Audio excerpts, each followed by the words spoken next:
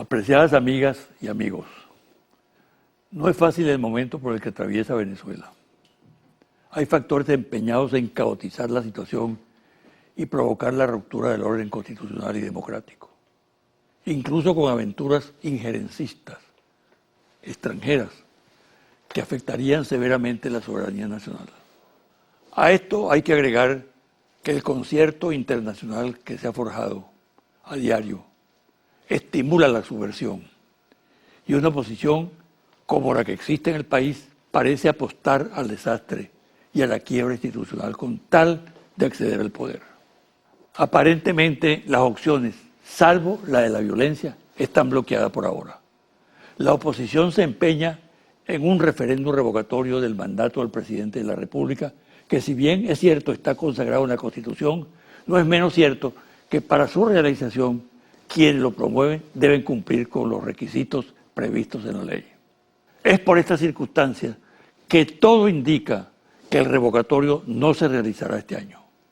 Pero la responsabilidad de que esto ocurra no es del gobierno, del Consejo Nacional Electoral y del chavismo, sino de la propia oposición que en vez de activarlo en el mes de enero, lo hizo en abril, con lo cual inexplicablemente perdió un tiempo valiosísimo, con posterioridad en el proceso de recolección del 1% de firmas, incurrió en innumerables errores deliberados o inconscientes. Algunos de ellos tienen características delictuales. Ahora el país está contra la pared. La mayoría quiere paz y rechaza la violencia. Pero la dinámica de los acontecimientos determina que nos aproximemos más a la violencia que a la paz. Estos días que cursan son determinantes en el desenlace final, que puede ser que el país salga ileso y conjure la violencia, o bien que suceda todo lo contrario. Para la próxima semana está prevista la realización de una marcha que la oposición considera fundamental y ha hablado de movilizar 1 millón de personas para la toma de Caracas. En el marco de un ambiente crispado, esa marcha puede tener consecuencias muy graves. Cualquier detalle puede ser explosivo, y aun cuando los promotores de la misma insisten en su carácter cívico, la experiencia revela todo lo contrario. ¿Qué hacer? Apostar a que los acontecimientos se desarrollen con normalidad en el escenario de la calle, sin reflexionar sobre los riesgos y alertar a la ciudadanía, permitiendo así que nos desborden esos hechos. Sería absurdo en el tiempo que falta para la realización de la referida marcha, jueves 1 de septiembre, que así como puede transcurrir con tranquilidad y normalidad, pudiera repetir la experiencia brutal de la marcha del 11 de abril del 2002 y de otros tantos episodios violentos como las guarimbas. Hay que plantear la urgencia de dialogar, porque el diálogo es la alternativa civilizada, democrática, que además cuenta con el respaldo de más del 80% de los venezolanos. Para hablar de este importante tema, he invitado al dirigente nacional del PSUV y jefe del Grupo Parlamentario de la Patria en la Asamblea Nacional, Héctor Rodríguez.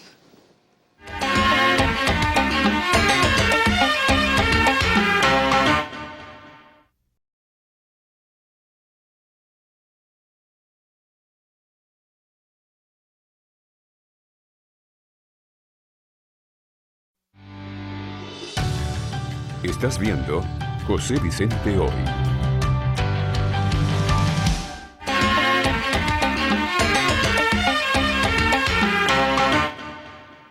Mi invitado de hoy, Héctor Rodríguez, jefe del Grupo Parlamentario de la Patria, dirigente nacional del PSUV. Bienvenido.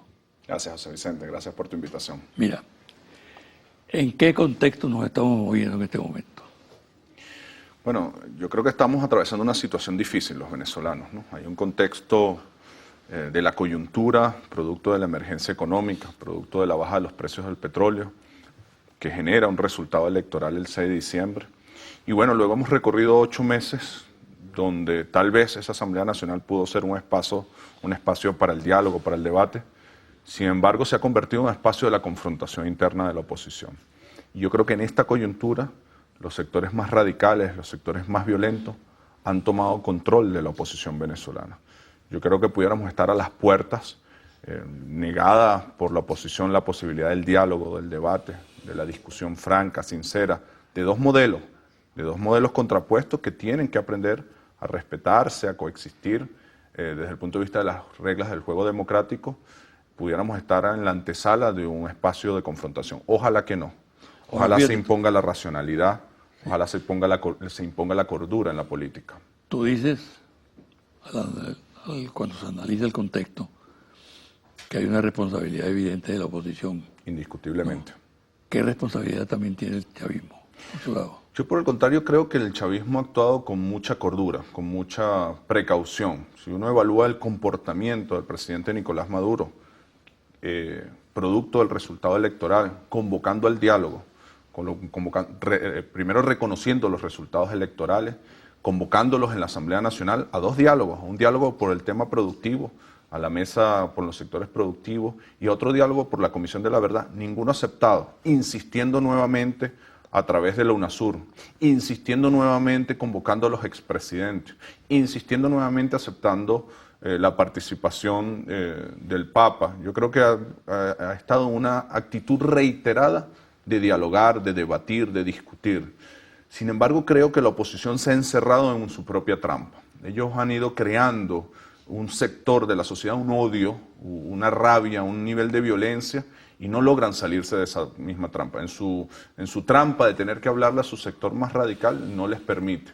Tal vez los jefes, creo que aguas abajo puede haber sectores que dialogan, que se acercan, que quieren, y creo que nuestra obligación es insistir.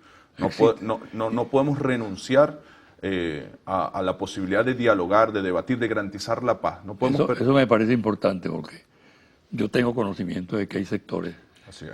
en el campo de la oposición dispuestos a dialogar, que tienen una actitud democrática. Así ¿no? Entonces, se trata de un trabajo que tiene que hacer en este caso el chavismo, el gobierno mismo, de insistir en el llamado al diálogo, de tender puentes reales, porque siembren confianza.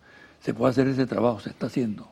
Sí, se puede hacer y se está haciendo. Si tú evalúas la actitud, el comportamiento del presidente Nicolás Maduro ha sido insistente y nos ha pedido a los distintos voceros que conversemos, que dialoguemos, que busquemos la paz. Y yo creo que ese diálogo va en dos dimensiones. Una, con los actores políticos que quieran y que puedan. Muchos están presos de sus propias circunstancias. Y otra, con la sociedad en general. Dialogar con los trabajadores, con la juventud, con las mujeres. ¿Y para qué? Evidentemente que allí hay avances. Indiscutiblemente. Sí. Pero es importante que quede claro para qué, porque algunos dicen, no podemos dialogar porque no se puede claudicar a las posiciones. No, el diálogo no es para eso. El diálogo, lo ha dicho muy claramente el presidente, es para garantizar la paz. Es para que no se imponga lo que pasó en el 2002, es para que no se imponga la guarimba como forma de hacer política. En Venezuela hay dos formas de ver la sociedad. Quienes creen en la visión neoliberal, en el Estado mínimo, en la Venezuela aislada de América Latina, de Sudamérica, y quienes creemos en el proyecto bolivariano, en el proyecto chavista. Esas dos visiones van a estar confrontadas permanentemente. Ahora, ¿cómo administrar esa confrontación? Debe ser con las reglas de juego claras, debe ser con la Constitución, debe ser en paz, en democracia. No puede ser a través de la guarimba, no puede ser a través del golpe de Estado del 2002. Hay algunos sectores de la oposición venezolana que quisieran que la política fuese a través de la violencia. Sin embargo, Héctor, sigue planteado como dilema estabilidad o subversión. Sí, y nosotros en tenemos función de aquello que hemos calificado como el golpe de Estado permanente, ¿no? Sí. Por un lado. Y por otro lado, la defensa de las instituciones. ¿Cómo resolver ese dilema definitivamente? Para buscar la solución, primero tenemos que entender que es parte de un juego geopolítico. No podemos sacar del análisis, José Vicente, que Venezuela es la principal reserva petrolera del planeta. No podemos sacar del análisis que las 4 o 5 guerras que dirige el Premio Nobel de la Paz están sobre reservas energéticas. Irak, Afganistán, Libia, Siria, Ucrania. Es decir, efectivamente nosotros tenemos que mantener una línea de diálogo nacional, de debate nacional, de estabilidad nacional, pero no podemos olvidar que hay actores internacionales que influyen de forma contundente en la agenda de la oposición venezolana. ¿Ha sido eficaz la política exterior del país para neutralizar esos factores? Yo creo que ha sido muy eficaz, muy productiva. Y el mayor ejemplo es que con toda la ofensiva, no es poca cosa, tener al presidente del imperio norteamericano declarando él personalmente que hay que salir del gobierno del presidente Nicolás Maduro. Tener al jefe del Comando Sur que hayan firmado un decreto que declara a Venezuela como una amenaza a los Estados Unidos. Una cosa que uno pudiera decir, bueno, eso parece un chiste, pero si lo analizas en los antecedentes de lo que ha significado para los Estados Unidos, sabes que no lo es. Tener garantizar después de todos estos años de batalla la paz en el país, yo creo que es la mayor muestra de ese éxito. Pero te decía, hay que analizar, sí, a la oposición y hay que dialogar con ella, pero hay que analizar el contexto geopolítico y hay que analizar la coyuntura. Estás atravesando una emergencia económica producto de la baja de los ingresos petroleros y esa es la principal dificultad de los venezolanos. Esas tres dimensiones hay que atenderlas en cualquier posibilidad de salida política de esta emergencia. ¿Cómo atendemos la emergencia económica? Yo creo que es acertada la línea de trabajo que ha marcado el presidente Nicolás Maduro de levantar la producción, de defender los precios petroleros internacionalmente. ¿Cómo generas un espacio de diálogo con aquellos actores de la oposición que respeten la Constitución, que no quieran que se incendie este país, que no quieran la guarimba, que no quieran la violencia como forma de hacer política? ¿Y cómo mantienes una línea de acción geopolítica, los llamados anillos de protección, el ALBA, la UNASUR, la relación con los BRICS, a nivel internacional? Son como tres dimensiones en las que tenemos que ir observando al mismo tiempo con un objetivo, garantizar la paz y desde nuestra perspectiva darle continuidad al proyecto revolucionario, que es la única forma de darle viabilidad política a un Estado social de derecho, de justicia, a un proyecto político. ¿Qué significa en estos momentos el enfrentamiento Asamblea Nacional, Gobierno Nacional o Asamblea Nacional con otros poderes públicos, como el caso del Consejo Nacional Electoral, del Ministerio de los Poderes Morales, etcétera? Yo me iría por la característica que le das en la segunda parte de la pregunta, porque algunos dicen hay un conflicto de poderes entre la Asamblea Nacional y el Ejecutivo, entre la Asamblea Nacional no hay conflicto de poderes. Y el Judicial. Yo creo que hay un poder conflictivo. Si tú te das cuenta, desde que la oposición tomó la Asamblea Nacional está en conflicto con el poder electoral, indiscutiblemente. Está en conflicto con el poder judicial, está en conflicto con el poder ejecutivo, está en conflicto con el poder moral, está en conflicto con el poder militar, está en conflicto con el poder popular. Es decir, llegó a la Asamblea Nacional una fuerza política que es contrarrevolucionaria, que quiere desmontar el Estado Social de Derecho y Justicia, que quiere desmontar las misiones, que quiere desmontar una forma de ver la sociedad. Entonces, más allá de un conflicto entre un poder y otro, hay un poder que es conflictivo, que no está... La Asamblea Nacional pudo, en estas circunstancias especiales en las que estamos viviendo, haber sido un espacio de diálogo, un espacio de encuentro, un espacio de debate, un espacio de convocar a todos los sectores de la sociedad para superar esta coyuntura. ¿Qué la condujo a esta? Sin embargo, cuando tú evalúas, yo creo que varios errores. Primero, ¿quién pusieron a dirigir la política? ¿Quién dirige la política de la MUD y quién dirige la política de la Asamblea Nacional? Bueno, los sectores o los actores más irracionales de la política. Ramos Ayú representa la forma más atroz de hacer política en Venezuela. Tú la conoces muy bien, la has estudiado muy bien. La forma de las desapariciones forzosas, del disparen primero y averigüen después, de la suspensión de garantía, de los bachilleres sin cupo, de la población flotante, de la ley de vagos y maleantes. Y eso no solamente mientras fueron gobierno, mientras fueron oposición contra Chávez, también fue la forma más atroz, más grosera, más irracional de hacer política. ¿O acaso no es Ramos Ayú la figura que desconoce el resultado electoral del referéndum revocatorio contra el comandante Chávez y que hoy todavía estamos esperando las pruebas? ¿No es Ramos Ayú la figura que más grosera de hacer la política venezolana? Bueno, pusieron a esa figura a dirigir la Asamblea Nacional y estos 8 meses han sido eso. La Asamblea Nacional no solamente se ha deslegitimado legalmente, sino que se ha deslegitimado políticamente, que es hoy la Asamblea Nacional y que era hace 8 meses. Con un contundente triunfo, nadie lo puede negar. Ahora, han ido diluyendo la fuerza política que acumularon el 6 de diciembre, producto de su propia torpeza, producto de no entender el momento político y también, yo creo, producto de las contradicciones internas. Si tú evalúas estado por estado lo que está pasando políticamente en la oposición, casi todos los diputados de la oposición son precandidatos a gobernador. Y si evalúas los grandes jefes de los partidos políticos de oposición, casi todos son precandidatos de la oposición. Ellos nos están preguntando, bueno, ¿cómo utilizamos el poder que tenemos? Las 50 alcaldías, las 3 gobernaciones, la Asamblea Nacional, los poderes fácticos que controlan, para ayudar al país, sino que están diciendo, bueno, ¿cómo utilizo donde estoy para ganar la pelea interna en el espacio más radical de la oposición para yo ser el posible candidato en unas circunstancias electorales? ¿Tú crees que esa actitud es irreversible? Espero que no, espero que no. Yo creo que nuestra obligación es, como lo hemos hecho en otras circunstancias, empujar a la oposición hacia el campo democrático. empujar y aislar a los más violentos, a los irracionales, e irla empujando al juego democrático, a respetar la Constitución, a respetar las reglas del juego, a rechazar la guarimba, la violencia como forma de hacer política. Más allá de lo que creamos, Pero es la ellos obligación. dicen que respetan la Constitución. Bueno, indiscutiblemente no la respeta. Si yo soy representante de un poder y no respeto los demás poderes, no respeto sus decisiones, no respeto sus facultades constitucionales, no la estoy respetando. Si yo intento de utilizar un mecanismo constitucional haciendo fraude, poniendo 10.000 muertos a firmar, menores de edad a firmar, no estoy respetando la Constitución. Si yo no respeto los otros actores de los poderes, el presidente de la República, el jefe de Estado, los rectores del CNE, el defensor del pueblo, los magistrados del Tribunal Supremo de Justicia, no estoy respetando la Constitución, porque la Constitución es un paquete, es un sistema político, en el caso venezolano, de 5 poderes que se hacen equilibrio mutuamente. Si yo utilizo un poder nacional para decir, voy a tumbarte, voy a generar violencia, advierto que voy a meter preso a la gente si soy poder de forma irracional, no estoy respetando la Constitución. Es decir, se está imponiendo en algunos sectores de la oposición, lamentablemente son los jefes de la oposición actualmente, se está imponiendo la política del loco, la política de la irracionalidad. ¿Cuál es la obligación nuestra? Bueno, tratar de que la política de la irracionalidad se aísle y se imponga la sindéresis, se imponga la racionalidad política. La mayoría de los venezolanos queremos paz. La mayoría de los venezolanos queremos es trabajar. La situación que estamos viviendo, José Vicente, no se resuelve con referendo, con carta democrática, se resuelve trabajando y produciendo. Es como si fuésemos una gran familia y tuviésemos un problema, nos botaron del trabajo. No nos podemos poner a pelear, nos tenemos que abrazar, proteger y ponernos a producir, echar para adelante. Así somos los venezolanos y las venezolanas. Vamos a hacer una pausa, Héctor.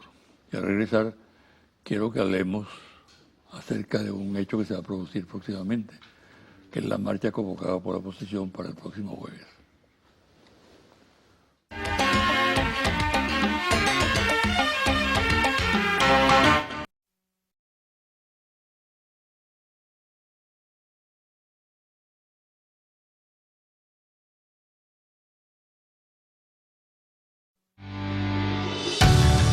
Estás viendo José Vicente Hoy.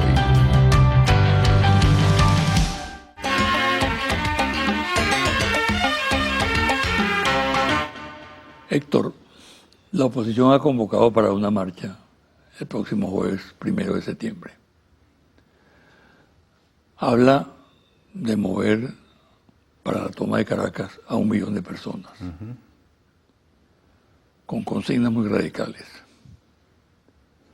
¿Está haciendo uso del derecho a manifestar la oposición o por el contrario se trata de una modalidad subversiva más? Sí. Yo creo que esa pregunta hay que analizarla en varias dimensiones.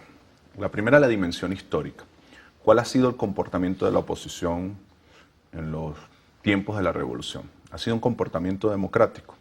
¿Ha sido un comportamiento pacífico? ¿Ha sido un comportamiento respetuoso de tiempos de cambio? Si uno ve cómo reaccionaron a la candidatura del comandante Chávez, cómo reaccionaron políticamente, qué fueron haciendo para evitar ese triunfo, cómo reaccionaron al proceso constituyente, cómo reaccionaron a las leyes que generaron el paro petrolero, qué los hizo, qué los movió a parar la empresa petrolera, al golpe de Estado del 2002, a las primeras guarimbas de la Plaza Altamira, a las guarimbas, a la partida física del comandante Chávez, al plebiscito que fueron por todo el país diciendo que si ellos ganaban las municipales, Nicolás se tenía que ir, a las guarimbas posterior a haber ganado el 75% de las alcaldías, y te das cuenta que son los mismos actores, que fueron los que se llevaron preso en el golpe de Estado al diputado hoy defensor del pueblo, al ministro de Interior y Justicia. Son los mismos actores, no han cambiado los actores. Te hace pensar que estás ante una oposición que no es democrática, que es golpista por naturaleza, que arrebata el poder. Ahí hay una dimensión que hay que estudiar. Segundo, lo que hay que estudiar es qué ha pasado en estos 8 meses. Después de una gran victoria que tienes que reconocerle, te insisto, han dilapidado ese resultado. Y bueno, la última movilización que tuvieron en Caracas, creo que a finales de julio, fue un fracaso absoluto, que es cuando ellos frenan y dicen, no, vamos a convocar marcha dentro de un mes. 1 de septiembre. ¿Ha perdido la capacidad de convocatoria? Yo creo que se han desconectado del pueblo. En su obsesión por llegar a Miraflores, no se dan cuenta que la prioridad del pueblo ahorita es lo que está planteando el presidente Nicolás Maduro. Es resolver el problema de las colas, del desabastecimiento. Es que el pueblo nos está pidiendo, trabajemos todos para salir de este problema. Por eso el presidente convoca, vengan, vamos a trabajar, vamos a resolver este problema. Después seguimos discutiendo las demás cosas. Pero ahorita, en momentos de emergencia, el pueblo aspira a que la mayoría nos pongamos a trabajar para resolver el problema. Y eso los ha desconectado del pueblo. Y eso los hizo pensar, primero, en hacer una pausa. Se fueron de vacaciones, prácticamente en agosto no hicieron política. Un poco porque vienen de fracaso en fracaso. Y segundo, apostar, tú decías, con consignas muy radicales al sector más radical. Ojalá esto no sea el inicio. Yo no creo que es una fecha, no creo que lo estén planteando como una fecha. Ojalá no sea el inicio de una nueva etapa de guarimba. Creo que ha quedado suficientemente demostrado con el golpe de Estado del 2002, con las guarimbas de la Plaza Altamira, con las guarimbas del 2014, con el llamado a descargar la rabia por el ex candidato Capriles Radonsky, que este pueblo quiere paz. Más allá de los que son chavistas, de los que son escuálidos, de los que son ninis, la mayoría de este pueblo quiere paz. En una cola que para comprar algún producto seguramente hay chavistas, escuálidos y ninis, pero eso no se están entrando a piña, eso no se están ofendiendo, están más bien en una actitud de solidaridad, de acompañarse para salir de la emergencia. Yo creo que en la convocatoria, en Venezuela hay plena democracia. Aquí cualquiera puede hacer una manifestación, puede convocar a una movilización. Lo que no pueden es tratar de incendiar el país. Lo que no pueden es imponernos el degollamiento de motorizados, la quema de Simoncitos, la guarimba como forma de hacer política. Esa la tenemos que rechazar todas y todos los venezolanos. ¿Tú te atreves a hacer un pronóstico para el próximo jueves? Es difícil. ¿Normalidad? Es difícil. ¿O violencia? Yo creo que la mayoría del país quiere paz. Sin embargo, también estoy consciente de que en los sectores, en la oposición, hay sectores muy llenos de odio, muy llenos de violencia, y hay actores dirigiendo la política muy irracionales. Yo, más que un pronóstico, apuesto a que se imponga la racionalidad, a que se imponga la voluntad de la mayoría de los venezolanos y las venezolanas, que es la paz. No quiere decir que no vamos a seguir teniendo diferencias y que las vamos a debatir con pasión como característica del ser venezolano, pero con respeto, entendiendo que de aquel lado hay un ser humano y de este lado hay un ser humano. Entonces, más allá que un pronóstico, yo apostaría a una invitación, que nos impongamos los que queremos la paz. Tenemos que imponer la paz. No puede ser la guarimba la que se imponga como forma de hacer política. ¿Qué respuesta daría el chavismo el próximo jueves? En la calle. Más allá del jueves. Porque es un problema de calle también. Más allá del jueves, nosotros venimos dando una respuesta contundente durante todos estos días. Tú has visto las movilizaciones del Partido Socialista Unido de Venezuela, en Carabobo, en Amazonas, en Bolívar, en Zulia, en Yaracuy, en Caracas. Nosotros vamos a seguir donde naturalmente somos. Nosotros somos el chavismo va a estar en la calle. Nosotros somos una fuerza histórica, nosotros no somos una coyuntura electoral. Exacto. Y vamos a seguir en la calle. No un día, José Vicente. Esto es importante que quede claro. Nosotros vamos a estar en la calle permanentemente, todos los días, con el pueblo, junto al pueblo, movilizado, defendiendo la revolución, defendiendo la paz. Vamos a estar en la calle defendiendo la paz. ¿Estás consciente de que cualquier acto de violencia que se produzca ese día va a ser especulado al máximo, sobre todo en el exterior, con fotografías impactantes? Sí. Y no solamente eso, sobre Venezuela. No hay sectores que buscan precisamente eso, sí, el efecto mediático. Creo que Venezuela ha estado sometida los últimos 17 años a una campaña brutal a nivel internacional. A veces incluso con fotos que son falsas. Tú debes haber visto por las redes, por la prensa internacional, fotos de cosas que han pasado de violación de derechos humanos, manifestaciones en otros países y la titulan como Venezuela. Venezuela está sobre el ojo del huracán de los poderes fácticos, de los poderes mediáticos. Nosotros tenemos que trabajar para garantizar la paz y para echar el país adelante. Los pueblos del mundo tienen mucha conciencia. A pesar de la brutal campaña internacional contra la revolución bolivariana, contra el comandante Chávez, contra el presidente Nicolás Maduro, cuando salimos al mundo, la solidaridad de los pueblos es de amor, es de acompañamiento. Tenemos la razón histórica, José Vicente. Nosotros estamos trabajando porque el país sea un país productivo. Estamos trabajando porque el país salga adelante. Mira, en esta situación de emergencia económica, aquí no se ha parado la construcción de vivienda, no se ha parado una escuela, no se ha parado un CDI, se han aumentado salarios. Si hoy gobernara cualquier vocero de las visiones neoliberales, ¿qué es lo primero que hubiesen hecho? Lo que hicieron en los 90 y lo que hoy hacen en Europa. Aumentar la edad de pensión, Lo que está haciendo Macri, parar los salarios, lo que está haciendo Macri, despedir trabajadores, lo que está haciendo Temer, lo que hicieron en España, lo que hicieron en Grecia, el paquete neoliberal. Y los pueblos ven eso también. Así como ven la falsedad del poder mediático, también ven que un pueblo que en tiempos difíciles, no solamente en tiempos de bonanza petrolera, en tiempos difíciles apuesta a proteger a su pueblo, apuesta a las misiones, apuesta a seguir construyendo viviendas, a seguir entregando pensiones, a seguir construyendo escuelas, apuesta a la dignidad de su pueblo. Es fácil en tiempos de bonanza hacer esas cosas, difícil es en tiempos de dificultad decir nosotros seguimos defendiendo el Estado Social de Derecho y de Justicia, seguimos defendiendo las misiones, seguimos aumentando salarios, seguimos apostando a las pensiones. Hay posibilidades de superar la crisis económica. Indiscutiblemente. Esto es una emergencia económica. Pero lo dice por voluntarismo. No solamente por voluntarismo, un estudio, un análisis real de la situación. Tenemos una emergencia económica producto de la baja de los precios petroleros. Pero ¿qué indicios hay? Es verdad, pero también es verdad que tienes un país que no solamente es la principal reserva petrolera del planeta, es de las 10 principales reservas minerales de oro, de diamante, de coltán, de bauxita. Es un país con 30 millones de hectáreas cultivables, es un país con reservas de agua potable, es un país que produce energía y además, que es la principal potencia que tenemos, José Vicente, es un país joven. El 60% de la población venezolana es joven y su juventud es la juventud más formada en 200 años de historia republicana. Es decir, lo que más me da seguridad de que nosotros vamos a salir para adelante, que vamos a superar esta emergencia, que vamos a ser un país potente, es nuestra juventud, es nuestra capacidad, es el amor que tenemos por esta patria. Mira, yo creo que la oposición, la derecha y los Estados Unidos cometen un error al no estudiar nuestra historia. Ellos creo yo, que su táctica es, bueno, si los apretamos se rinden. Los bolivarianos, los chavistas, jamás nos rendimos. Nos crecemos ante las dificultades. Cruzamos los Andes caminando en alpargatas, si es necesario, por nuestros sueños, por nuestros objetivos, por nuestros proyectos. Esta es una dificultad más. Toda fuerza histórica atraviesa dificultades. Es una dificultad más y ante ella nos creceremos y la superaremos y la venceremos.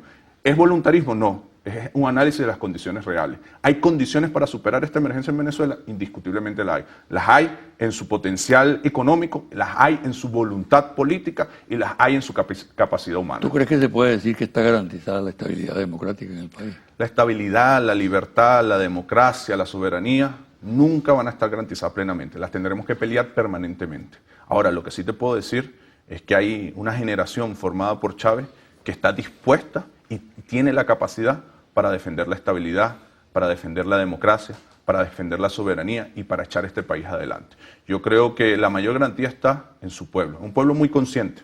Lo que hemos estado sometidos estos últimos 3 años, la partida física de Chávez, que no es poca cosa, las guarimbas, la guerra económica, es para que cualquier pueblo hubiese estallado. Y es a lo que ellos apostaron, no un Caracazo, un Guarenazo. No, aquí hay un pueblo muy consciente, muy organizado, muy capaz y con mucha claridad política en lo que nos corresponde. Sí estamos atravesando tiempos difíciles, pero sí somos capaces de superar estos tiempos difíciles y vamos a hacer lo que nos corresponde hacer. Se quiere lanzar sobre el país una capa de pesimismo que induzca a la desmoralización. ¿Qué respuesta tiene eso? Sí, sobre todo en la juventud, ¿no? Que aquí no hay futuro, de que aquí hay que irse del país.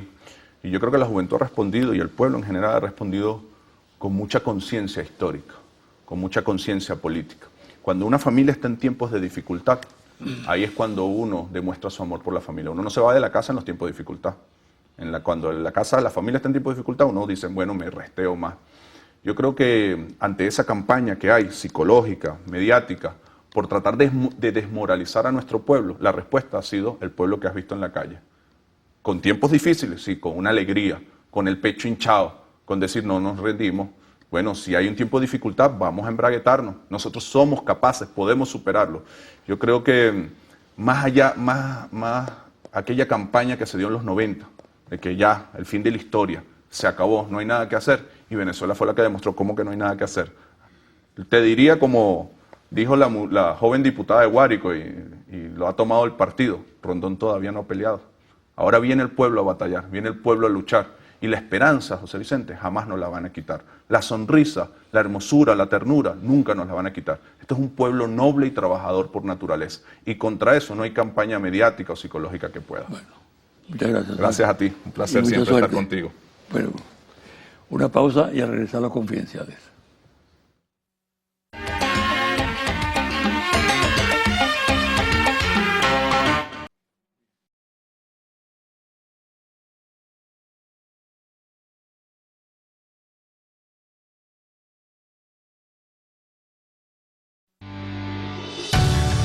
Estás viendo José Vicente Hoy.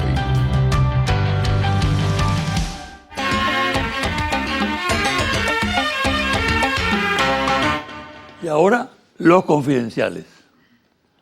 Cuando se observan ciertas actitudes que responden a un patrón de deslealtad por parte de dirigentes que llegaron a tener significación y que luego optaron por desertar del campo progresista, vale la pena recordar lo que sucedió en El Salvador durante la Guerra Civil.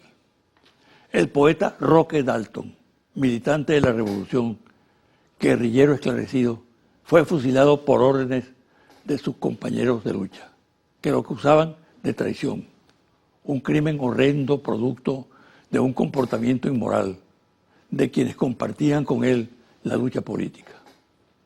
Tiempo después se supo que quien ordenó el fusilamiento de Dalton, y según algunos lo ejecutó personalmente, fue el guerrillero Joaquín Villalobos. Los restos del poeta nunca aparecieron y en la actualidad se ha abierto un proceso para el esclarecimiento de la verdad en torno a este caso. Villalobos trabaja hoy para los servicios de información y contrainformación de los Estados Unidos, organismos de inteligencia, de seguridad, que por cierto, un poema de Dalton fue premonitorio en la denuncia del vil asesinato. Comillas, cuando sepas que he muerto, no pronuncies mi nombre, porque se detendrá la muerte y el reposo. Cierre comillas. Las tensiones y dudas con motivo del llamado de la MUD a una marcha sobre Caracas para el próximo 1 de septiembre aumentan en los niveles de dirección del organismo. Hay un grupo que considera temeraria la convocatoria, dado que estima difícil realizar la movilización cuando todas las que hasta ahora ha realizado resultaron un fracaso. Hay otro grupo que piensa que el problema estaría en que el control de una multitud como la que aspira a reunir la MUD es muy difícil, dadas las tensiones que existen en el país y a la certeza de que hay la disposición de grupos extremistas interesados en provocar un choque con la fuerza pública y con el chavismo. En la MUD sigue avanzando y provocando constante preocupación el tema de la candidatura presidencial. Cualquier actitud que se adopte en el organismo coordinador de la oposición está marcada por el tema, también por el de la rotación en la presidencia de la Asamblea Nacional, aun cuando existe un pacto para que el próximo presidente del legislativo sea Julio Borges. Los seguidores de Ramos Ayud se mueven con intensidad e incluso empiezan a utilizar encuestas que le otorgan favoritismo evidente a la figura del secretario general de AD en desmedro de otros aspirantes. No obstante, Julio Borges mantiene su aspiración y exige que se cumpla el acuerdo, invocando además el argumento de que su partido, Primero Justicia, es la primera fuerza de la oposición. Cuando se habla de delitos, por ejemplo, asesinato de personas, la información de los medios siempre atribuye la autoría de estos a sicarios o a paramilitares. Pero lo cierto es que vienen ocurriendo crímenes que tienen un claro origen político. Ejemplo, últimamente y en diferentes circunstancias fueron asesinadas las siguientes personas. Elizabeth Aguilera, dirigente social militante del PSUV en la Cota 905, Caracas. Un grupo le dio muerte en su propia casa y su cadáver fue quemado en plena calle. Un segundo caso fue el del coronel ejército Mariano Mosquera Ugarte, asesinado en Valencia, Estado Carabobo, abogado, juez militar que tuvo en sus manos varios casos de personas vinculadas a la política. Y un tercer caso es el de la concejal del PSUV y luchadora social en Cagua, Estado Aragua, Shirley Guilarte. Están investigando los organismos policiales y la seguridad del Estado con seriedad y con la urgencia debida estos crímenes, donde el dato político es fundamental. El presidente de Argentina, Mauricio Macri, quien apenas tiene 8 meses en el gobierno, tiene repudio creciente en el país por las medidas económicas y sociales neoliberales que aplica por el desprecio hacia la causa de los derechos humanos y la represión que ha desatado contra el movimiento popular. Ahora está negociando con los Estados Unidos la instalación y funcionamiento de 2 bases militares en suelo argentino. Ante esta situación, ya muchos se plantean en la región si acaso las políticas neoliberales de la derecha son la alternativa o por el contrario es volver al pasado de crisis económica y social y de agresión a los derechos humanos que ya vivió Latinoamérica.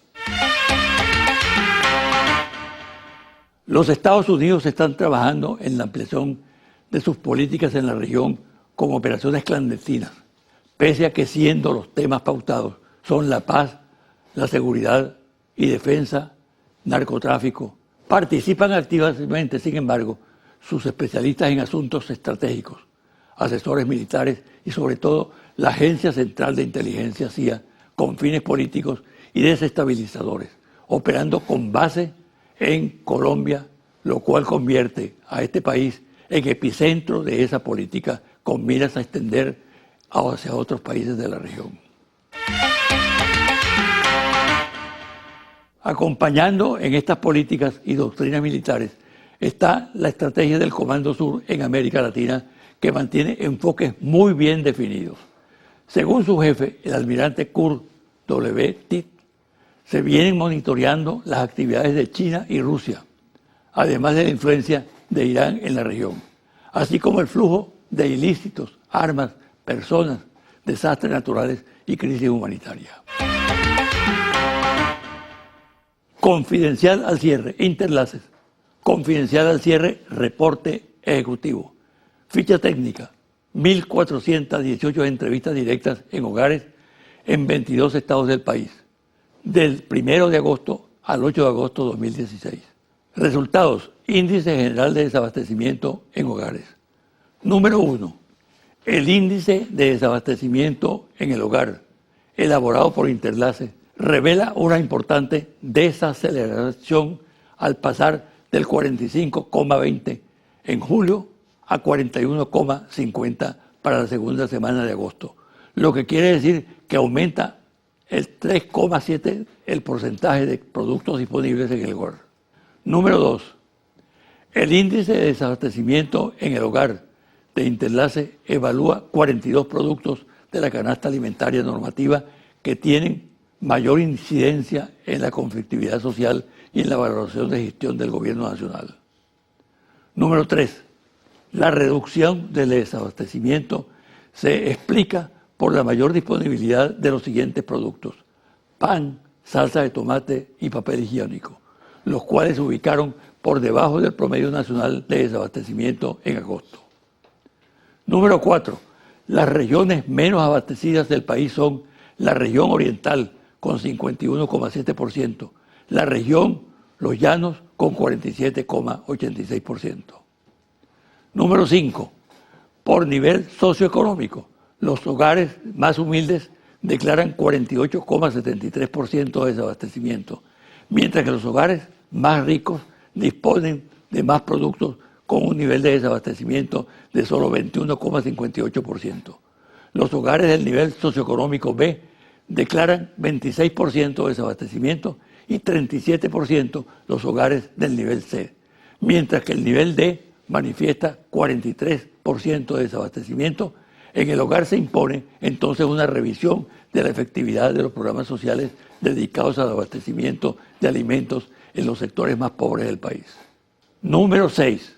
La investigación de Interlaces revela también cuáles son los 5 productos que más buscó y no consiguió el venezolano durante la segunda semana de agosto: jabón de baño, de desodorante, pasta dental, champú y papel higiénico. Número 7. En conclusión, la espiral de desabastecimiento en el país se ha venido estabilizando en torno al 41%, con tendencia a la baja, debido principalmente a la actualización de precios de los principales productos de la canasta básica del venezolano. Número 8. La lentitud en la revisión de los precios de los productos de aseo personal ha sido la causa principal por la que sigue siendo la categoría más desabastecida en el hogar y que solo se consigna a través de los bachaqueros y por medio de canales informales como el trueque. Hasta aquí el programa de hoy. Me despido hasta el próximo domingo a las 9 de la mañana por este su canal Televen.